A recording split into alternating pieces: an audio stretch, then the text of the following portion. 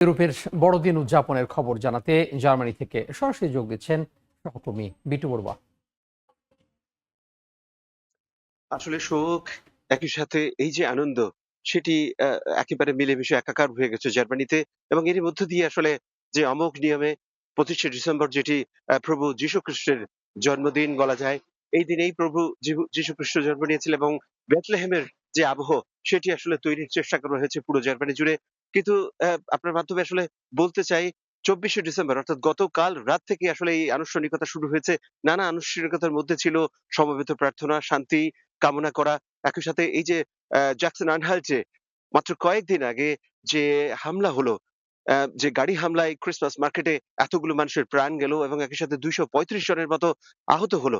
সেইসব মানুষদের পরিবার-পরিজন, তাদের কথা ভেবে আসলে তেমন করে বড়সড় উৎসব হচ্ছে না। তারপরেও পারিবারিকভাবে নানাভাবে চেষ্টা চলছে তাদের জন্য, তাদের আত্মা যাতে শান্তি কামনা করা যায়। একই সাথে আপনার মাধ্যমে আসলে এও বলতে চাই যে ২০১৬ সালে যে ঘটনা ঘটে গেছে আমার পেছনের ঠিক এই জায়গাটায়, সেখানে আসলে একটি লরি হামলায় ১২ জনকে আসলে ঘটনাস্থলেই নিহত করেছিলেন তিউনিসিয়ার বংশোদ্ভূত একজন রাজনৈতিক আশ্রয় প্রত্যাশী। এরপর থেকেই জার্মানিতে যে অ্যা বড়দিন উদযাপনের যে আবহ, সে আবহটা আসলে ঠিক আগের মতো আর নাই।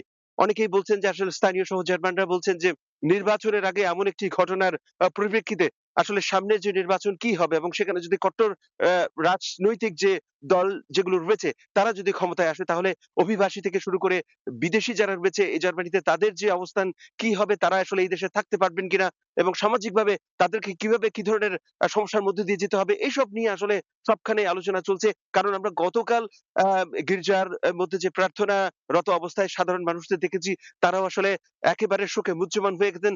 সেখানে যে পাদ্রী রয়েছেন কিংবা ফাদার রয়েছেন, চার্চের ফাদার, তিনি আসলে নানাভাবে বলছেন যে এই যে গত ১০ বছর ধরে জার্মানির যে রাজনৈতিক, একই সাথে ভৌগোলিক যে অবস্থান এবং সামাজিক যে অবস্থান পরিবর্তন হয়ে গেছে, সেটির মধ্য দিয়ে স্থানীয় নাগরিকদের আরো বেশি সংহতি প্রকাশ করার জন্য, আরো বেশি সংহত হওয়ার জন্য, আরো বেশি হৃদয় উজাড় করার জন্য তিনি এবং এই পাদ্রী যারা রয়েছেন কিংবা ফাদার যারা রয়েছেন, তারা প্রার্থনা করেছেন এবং আহ্বান জানিয়েছেন। একই সাথে তাদের মধ্য থেকে আমরা আসলে নানাভাবে বুঝতে পেরেছি এবং ফাদার আ আ তিনি জানাচ্ছেন যে এ গ ইউরোপে এবং পুরো বিশ্বজুড়ে যে অশান্তি রয়েছে, বিশেষ করে ইউক্রেন থেকে শুরু করে ফিলিস্তিন পর্যন্ত, সেখানে সাধারণ নাগরিকদের যে আ এই যেকোনো মুহূর্তে তাদের যে প্রাণ যাচ্ছে, এই প্রাণ যেন কোনোভাবে না যায় সেজন্য সমবেত যে শান্তি প্রার্থনা, সেটির ব্যবস্থা করা হয়েছে।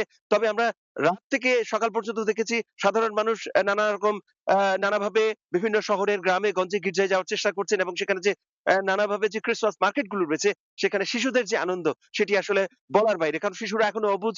তাদের ইচ্ছে অনুযায়ী আগামী আগামী যে জার্মানির বড়দিনের উৎসব হবে, সেটি যেন শান্তিময় হয়, সেটি যেন সৌহার্দ্যের হয়, সেটি যেন অবশ্যই সুন্দর হয়। এমন প্রার্থনাই করা হয়েছে আজ ২৫শে ডিসেম্বর সকল যে গির্জাগুলো রয়েছে সেখানে সমবেত প্রার্থনায়। তো এই ছিল আমার কাছে জার্মানি থেকে বড়দিন উদযাপনের সর্বশেষ। সহকর্মী বিটু বড়ুয়া যুক্ত হয়েছিলেন জার্মানি থেকে।